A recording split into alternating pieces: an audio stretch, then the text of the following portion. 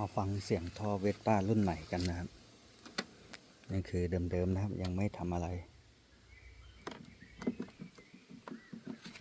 เก็บขาตั้ง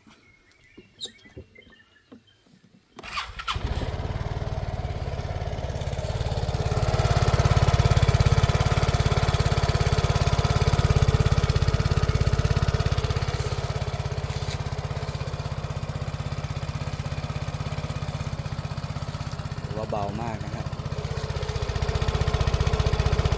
ลองเบิ้ลให้ดูนะ